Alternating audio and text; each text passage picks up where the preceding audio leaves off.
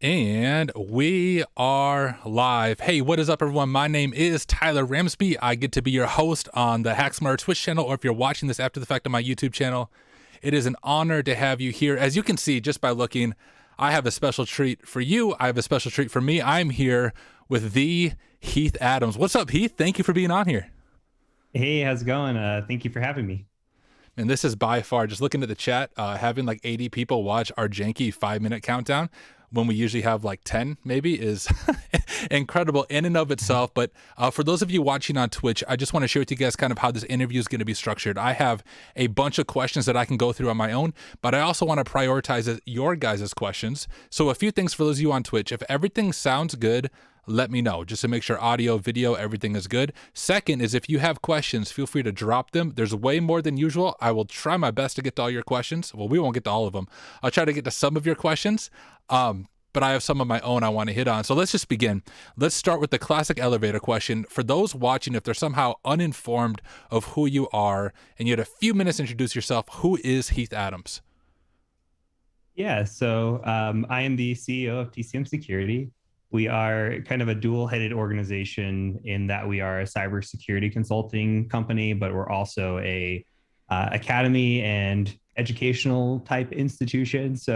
One side of the organization's busy doing consulting, pen testing, things along those lines. That's really my background.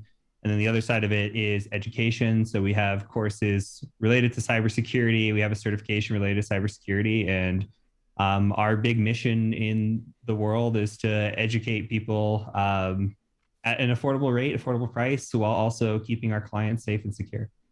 It's incredible, and kind of a special shout out to that. For those of you watching, if you're interested in getting into ethical hacking, I spent a lot of time on Try Hack Me, Hack the Box, and was always confused until I think it was probably 2 years ago, I watched kind of the flagship course, the whole guide to practical ethical hacking.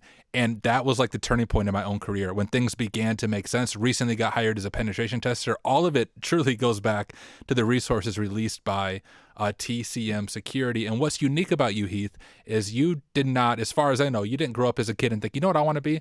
I want to be an ethical hacker and a teacher growing up. You initially went to school for accounting, if my memory serves me correct. So do you mind just sharing your story in a nutshell? I know that's probably a little bit difficult, but how do you go from accounting to now you hack stuff and are really disrupting education and cybersecurity in general? Yeah, I wish I knew. There's kids these days that are going out and getting certifications like 15. I wish I knew that at my age, but I kind of took this unique path. And I think with cybersecurity, what's nice about it is you don't have to have necessarily a background in IT or anything to get into IT. And that's true for a lot of people that I've met. For me, I grew up really poor, so my dream was to always change my family's life around, essentially, or the legacy around. And that was going to college. I was the first person in my family to graduate high school, the first person to graduate college, first person to get a master's, obviously. And so I took that and I said, what is a safe field to get into? Business, okay. Accounting, fine. I'm pretty decent with math. And I just took that and ran with it. Well, you do all this schooling. Accounting, especially if you go into public accounting, takes at least a minimum of 5 years of schooling. So for that, I did all the schooling, got into the field, and immediately realized I hated it. So I was chasing a field for money, not passion, and that ate me alive pretty quick. So with that, I got pretty miserable. One day I was working a job and I literally just at lunch left my phone, my badge, everything, my card, walked out, and I never looked back. I ended up moving from where I was, just maxing out my credit card, moving to a new town, and just saying, "Hey, I'm gonna figure it out." But accounting's not it. I've been using a computer since I was 4. If you want to know how old I am, I was on Prodigy before even AOL was a thing. That's awesome. Yeah, so we had computers growing up. I was on the internet and coding when I was young and doing IT. So I figured, hey, if I've been using a computer this long, I could probably figure out how to work help desk. Got into help desk, and then really from there, I had a coworker that was telling me about ethical hacking, and he was just like, "Did you know that people get paid to hack?" And I was like, "No, but that sounds really cool." So remember, I just obsessed over it. I went online, I started looking at Reddit and tech forums and different places to see, okay, well, how do I become this ethical hacker? And I just made a checklist essentially, like, here's the different lessons I need to learn, here's the certifications I need to get. And then I just went one by one and did that and kind of milestoned along the way until I got into the field. That is fascinating. I'm sure a lot of people just resonate with that mid-career change and a lot of self-learning, which I think makes you an ideal instructor, as thousands of people have experienced already. I'd be curious to talk about the PNPT in general. So I recently passed the OSCP, which, as you know, is kind of that big certification. But I think you maybe saw a LinkedIn post I made when I first started some of their material. I'm going to be careful kind of what I say on stream. But I was disappointed in the quality for the price of what I was paying. Whereas you've released the PNPT, which is really to disrupt that entire industry. For those who maybe have heard of the PNPT, haven't taken it, haven't looked into it much, just share with us a little more about the PNPT and how it's different than some of those other industry certifications. Yeah, so part of the checklist of my career that I was on had me going and getting certifications. Like, I went and got the CEH, I went and got the OSCP, and this is because the internet told me to do this, and there wasn't really a lot of knowledge out there about it. So I realized when I went and got those certifications and I actually got into the interview, I didn't know anything. They taught you how to answer multiple choice questions in the case of CAH, or how to do a CTF in the case of OCP, but there wasn't like, how do you perform a pen test? How do you do an external pen test? How do you do an internal pen test? What is Active Directory? When I went through the OCP, there wasn't even Active Directory. So once I got on the job and I started learning this stuff and I had to learn it on the fly by reading blog posts, I was like, there's got to be a better way that we could teach this. So that led to coming out with the practical ethical hacking course and teaching that, and really bringing realism and practicality to the educational side of cybersecurity and pen testing. And from there, it was always a goal and a dream to start a certification. It took a lot of funding to start that up, but getting that to the point of where, hey, let's have an exam that's real. Let's have an exam that takes you through a pen test that you have to hack in the organization with very little knowledge to start with. And you have to go from outside looking in, inside to domain admin, do a report, do a debrief in front of a team, and make that so that somebody that goes through that says, okay, I've got the experience. At least I know what a pen test is like. I could say that I've been on a pen test because now I've been through that exam. So everything that we do as an organization with training and everything else is related to all these things that we wish we had. And again, going back to the growing up poor thing, being priced out of education is a terrible feeling. And I felt that many times in my career.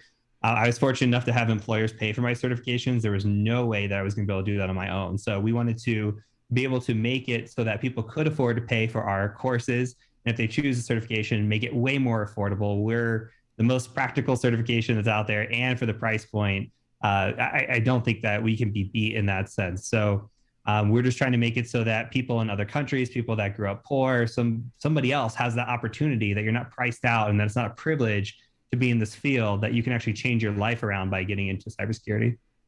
That's incredible.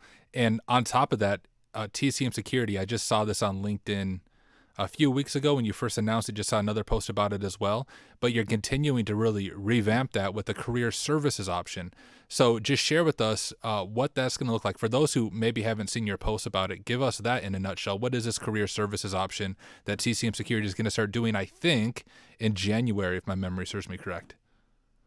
That's correct. So what we're doing is we're taking the certification that we have, and what we're doing, and through our experience, we're seeing, hey, when we go interview pen testers and we interview people that even have the PNPT, where are they falling short? And a lot of that falling short is in the soft skills section, in the resume writing, in the how to communicate, how do you write an email, what do you do before an interview, what do you do after an interview, are you asking the right questions in an interview? So getting people those soft skills.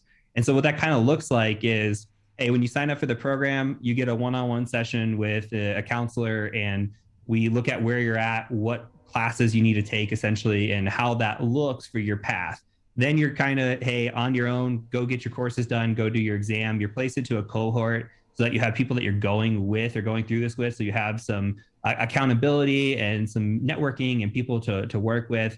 Once you're getting through your exam and everything else, you're actually required to take a soft skills course.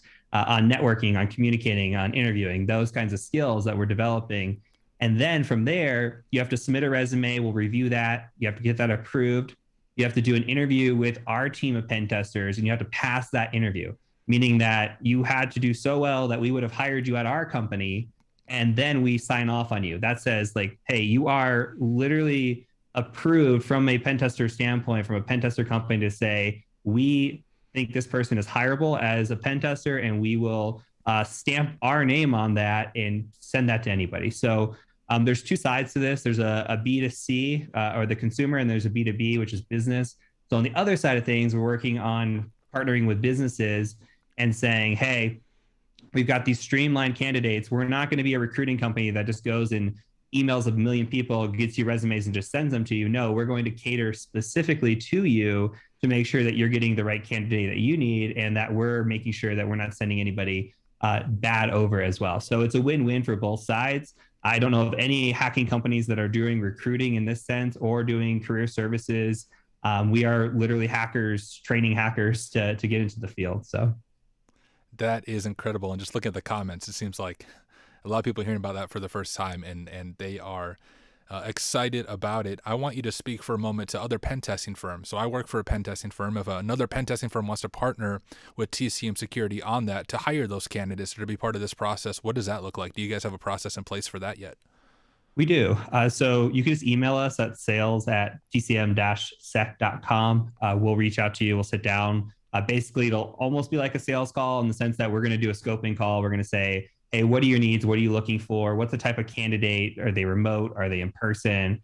How can we meet those needs for you? And then we start sourcing those from our internal set of candidates. That's good. And I just want to clear up maybe one question. I saw someone just ask it over in the chat. That's separate from just getting the PNPT, right? That's like a separate add-on. Just to be clear, you don't have to do all that to get the PNPT. Is that correct? Correct. Yeah. So we have three options that are going to be there. Essentially, you'll have the standalone voucher. So that's the, hey, I don't need the training. I'm good. I just want to go get the certification. We've got the with training option, which is, hey, I need the training. I'm going to go get the certification. And then we'll have the career services. So it's just kind of where you're at and where you feel like you might need or might not need it. So we'll still have the very, very affordable certification at the, bottom, middle, and high end tier. It just depends on how much hands-on you want, if you want coaching, counseling, that cohort experience type deal. So there's a little bit of something for everybody depending on their situation. Very cool. And for those of you on Twitch, I know like you guys are asking questions. I'm not big enough on Twitch to have assistants, so it's just me looking at the questions. So if you guys have questions, you can start asking them now. I'm not going to scroll up, but if you have questions for Heath on this or something else, ask them, and I will jump over to your questions. I'm looking at those. Someone did ask about, as far as the career training goes, what about for students outside of the United States? Do you guys have any special plan in place for international students for that aspect of it? Yeah, so a big aspect of our sales reach out when we were planning all of this was, hey, let's contact all the companies that have bought bulk PNPT from us. And when we started making a list, it was actually incredibly diverse. Like we had probably 15 to 20 different countries of just companies that have bought in bulk from us. So we're global in that sense. We're working on partnering with global institutions. We're still hoping that same thing, even if we don't have a job or role for you, that the career services, that stamp is still something that will help. If worst case scenario, you're still getting all these soft skills, you're still getting that interview, that mock interview experience, you're getting all that experience to go into an interview at the end of the day. So while we're doing our best to help with job placement, we realize that we're not going to be in every single country, but there's still benefits to the career services outside of just job placement. Sure, that's good. And I want to jump to another question from my friend Amoeba Man. He's actually kind of served as a mentor of mine. He's a staff member at TryHackMe, creates their AD networks. But he said, are you looking to create a more advanced version of PNPT, maybe focus on some more complex topics or perhaps hard goal that needs to be achieved than just domain compromise? Do you have any thoughts on that? Yep. So we definitely have that plan. If anybody's taken the PNPT, there's a bit of a love story in the PNPT. So for those who've taken it, they know what I'm talking about. And everybody keeps asking, well, what happens in the story? And that's going to be continued in the PNPT, like advanced. We don't know what we're going to call it yet, but the advanced version of it. We've got 2 certifications that we're planning on releasing Q1, Q2 timeframe. And then after that, we're going to work on doing more of an advanced certification. So just little baby check marks along the way, but it's definitely coming, hopefully in 2023. Sure. That is super exciting. Someone asked, what certifications are you coming out with? But I'm guessing you're not at liberty to, to announce those 2 certifications right now. Yeah, we gave a big hint yesterday. So the big hint was the next certification should be released by March or in March. And it's going to have a little bit of flair to it. So that should give it a good enough hint if you take in our courses to know what that means. Matt Kiley in particular is coming to mind as I think about that. That's awesome. Yeah, he may be here. He may be here. I think he's watching the stream. I saw him chat. So, hey, Husky Hacks, good to have you hanging out with us. I'm glancing through more questions. Someone asked another really good question as far as the cohort goes. He said, if we've already purchased the PNP cert with training and are currently working through it, would we still have a cohort for the career services programs? So can they upgrade, essentially, if that's something they're interested in January? Yes, there will be an upgrade option. It'll be more of a just email us kind of thing, because we're not going to be able to track. We were tracking our students, we're not going to mass email everybody and tell them, essentially. It's just going to be a, hey, this is kind of what's coming out. If you're interested in it, we'll happily just cut the price difference for you, send you a coupon code, whatever it might be, and get you enrolled in that program. Sure. That sounds good. All right. For those of you in chat, I'm kind of glancing at the questions. Some of them we've already answered. Okay, this is a new question. So someone said, any ICS, DCS courses planned? So have you guys thought about that? Nothing? No, nothing planned. We'd love it. There's a lot of courses that we would love to do. It's just having the expertise there. So we're limited in our skill set. We're not ICS people. If somebody came along, and if you're watching and you're an ICS person, you want to make a course for us. The issue with getting content that is difficult is for us, when we sell courses at $30, not a lot of people want to do that. You really have to believe in the mission, because they're like, well, I can go create an ICS course and go charge $1,000 for it, because that's what industry charges, or SANS charges like $8,000 for theirs, right?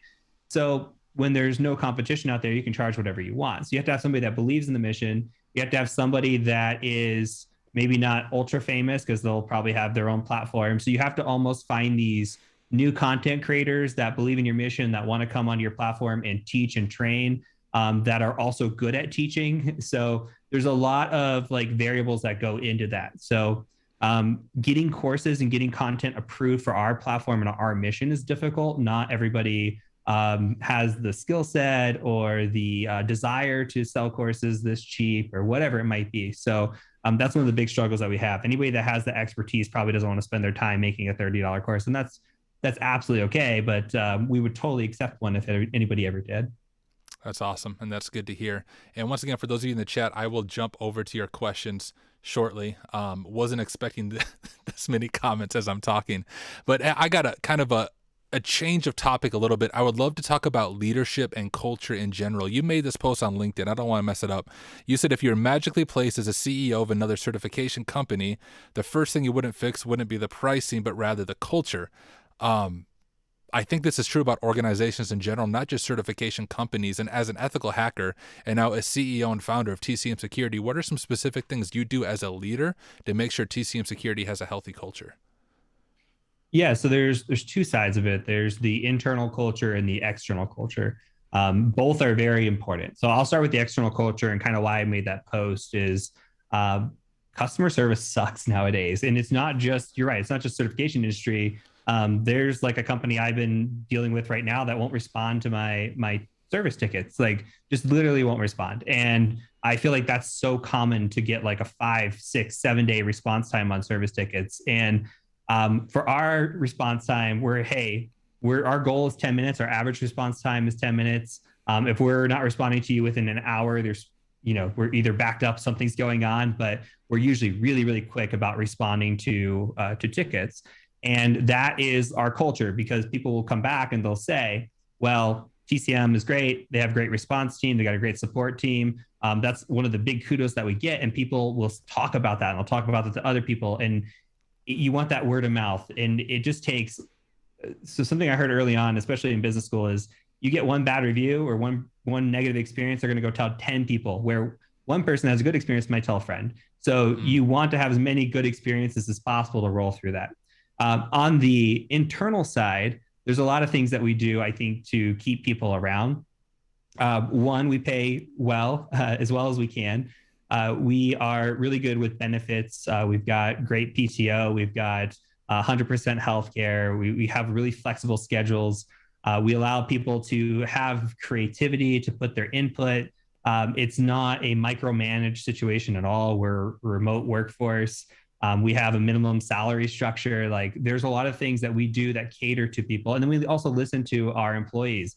What do you like? What don't you like? What can we change about these things? So we want to make sure that, especially as a remote company, how do we keep culture there as we grow and we scale? And we're always listening and making sure that the employees are happy and that we're taking care of them, because your employees are your biggest asset. If you're not taking care of your employees, if they're unhappy, that's going to trickle down into your work and their work, and you're going to have poor customer service, poor user experience, poor clients on the pen test side, whatever it might be. So you have to be very in tune with your culture and make sure that from within that you all have a good mentality and you believe in the mission in order to succeed and make your customers happy. There is a lot of wisdom there. For those of you guys on Twitch, just want to let you know we are going to wrap up in about 6 minutes. So I might have time to hit a few more of your questions. Before I get to yours, though, selfishly, I want to ask my own questions. And Heath, one question I would love to talk about, I don't think it's talked about enough, is the aspect of mental health when it comes to pen testing, when it comes to leadership. I think in the world, as you know, penetration testing, ethical hacking, burnout is real. You add leadership, you add being a CEO on top of that. And I'm sure it's even more real. So how do you balance your physical health, your mental health, your emotional health alongside of all these things you're involved with and being clearly a really driven individual? How do you balance all that? It's not easy. So there's a lot of emphasis that you have to put on knowing when to quit, and I'm not always great at that. I think it's maybe a little different for me in my position than maybe the average person watching or most viewers, because there's a lot of burnout in tech in general, because you have you have to learn your job, do your job, perform well, but you also have to keep up to date. And that's the one thing about cybersecurity that is very difficult, is there's so many new things coming out, so much to study, so much to improve on. You can't just be complacent because you're going to get left behind. So adding on to that, for me, obviously, like, I'm in a management position. I manage a lot of people. We do sales calls, we do training, a lot of different things. So I'm wearing a lot of hats, and burnout is real. There's nights where, I'm working 12, 14-hour days. I publicly had a burnout not that long ago where we were doing the PNPT live. That ran into Q4, which ran into a lot of travel for us. And I just was working 80-hour weeks, and I was like, something has got to end here for me. And unfortunately, I had to cut off the PNPT live. So you have to know when to stop, where to take breaks. You have to make sure that you focus and prioritize time correctly as well. Like, I do have a wife. I have friends that I want to spend time with. So I may work 8 to 5, and then I'll make sure that I hang out with my wife until she goes to bed. And then I might work again from like 11 to 4. So like, I make sure that I still prioritize people. My schedule's crazy, so I'm not don't listen to how I work, but it's just one of those things that you have to find balance. For me, I have like an end goal in mind. I want to retire by the time I'm 40. So I tell myself I work hard now, I get to play later, and that's the end goal. I don't want to be like this workhorse for life. It's not sustainable or anything along those lines. So I don't know if I'm the best person to take burnout advice from, but I could say that if you are burned out, taking breaks, if you can, is highly, highly a good idea. 15-minute walk, hour playing video games. You just got done with the certification, take a week off. Don't jump right into the next certification. Just give yourself time, listen to your body, listen to your mind. And I think that's super important for staying healthy. That's very good. Very good. Well, we're almost to the end. I do want to hit a question from Clay Hacks. He's asked a couple of times. He said, ask Heath about Alhared. He's a Twitch streamer and he's on YouTube, but I don't know how to pronounce his username. His ADCS course, AD Certificate Services, may be too early since it's still in development, but seems to be a great complement to PEH. Have you looked into that at all? Do you know anything about that? Yeah, I think that as far as I'm tracking, he's publicly announced it. Somebody said to me, so yeah, we are in verbal agreement, no written agreement yet. So here's how the process works for our courses is somebody submits a course and an outline. We say, yep, we're interested in that. They'll submit a demo video to us. We say, yeah, okay, great. then it's on them to go make that. So he's in that making stage. Once they make it, they upload it to the platform, goes through a QA process. As long as all of that checks the box and he's still happy, wants to put it on the platform, then yes, that course will be coming to the platform. It's already verbally agreed on between us. Very cool. Exciting stuff. I want to kind of close our time together with maybe some encouragement. I want you to speak for a moment to those who, let's just say they're in an IT support role and they want to go into cybersecurity, in particular ethical hacking, but it just seems like too big of a gap, too big of a jump. They feel like they're never going to get there. They look at all the things they need to learn and it's overwhelming. If you were sitting down with them one-on-one, what are 2 or 3 pieces of advice, encouragement that you would offer them? Yeah. So the big thing that I always harp on is run your own race. I think there's a lot of what I call get off my lawn mentality in the IT field. And I did this path, so you have to do this path, or I got these certifications, or I spent 5 years in help desk before I moved on to my network engineering job, then my pen test job. No, you can skip right to pen testing if you've got the talent. That's the big emphasis. You have to have the talent and the knowledge there, but don't let anybody tell you that you have to do a certain certification or a certain path or a certain job or anything. The other thing is the running your own race is that when we look at social media, all we see are victories, and we don't know the defeats and the failures that went into those victories. So we see people posting these bugs that they get and these big payouts and these jobs and all this stuff, and that is a small percentage of reality. The victories get upvoted to the top, the defeats really don't. So you have to know, and honestly, the other thing to think about too is just because somebody does something faster than you doesn't make them better than you. Some people learn topics better. And again, the thing I like to emphasize is if somebody's running, for example, a 6-minute mile and you're running a 10-minute mile, you don't know how long they've been running for. You don't know how long it took them to get to that point. All you need to focus on is yourself. Tomorrow, can you run 9 minutes and 59 seconds? Can you get better just a little bit every day? Eventually, you'll get to the point where you want to be. But if you're focused on what other people are doing, you're going to lose the focus on yourself. So all you need to worry about is getting better every day, working on yourself, improving, and not focusing on what other people are doing on social media, because it is a very small portion of reality. And I don't even think it's realistic that much at all. Such good wisdom. Heath, thank you again for hanging out. Thank you for sharing. For those of you on Twitch, just a few kind of shameless plugs. One is check out TCM Security. I'm sure most of you are here because you heard about this through TCM Security, so you're already aware of their platform, but check them out if you haven't. The other thing I would encourage you to do is I have a YouTube page. I'll be posting this full recording on there as well. I am not John Hammond or the cyber mentor, anyone. I am totally new at this, but if you find my content helpful, would love for you to check it out there. And I also have a Discord called the Work Smarter Discord. Started with just me and my friend Nate, meeting as we were studying for certifications, and it's grown to, I think we're at 1,300 people. What we do that's probably a little bit different is we host weekly goal setting meetings where we have a meeting every single week. I think 2 of them right now, and we ask everyone to share 2 questions. What did you accomplish this past week, and what are your specific learning goals this week? We do resume review, we do interview prep, all completely free as a way to give back to the community. So if you are looking to break into the world of IT or ethical hacking or cybersecurity and need a group of people around you to encourage you, to meet with you, would love to have you join us as well. We're probably like the budget version of the cool career services stuff TCM Security is going to do. But any way that we can help you guys, please reach out. Heath, thank you again for being here. All of you watching, thank you for watching. I will catch you guys next time. See ya.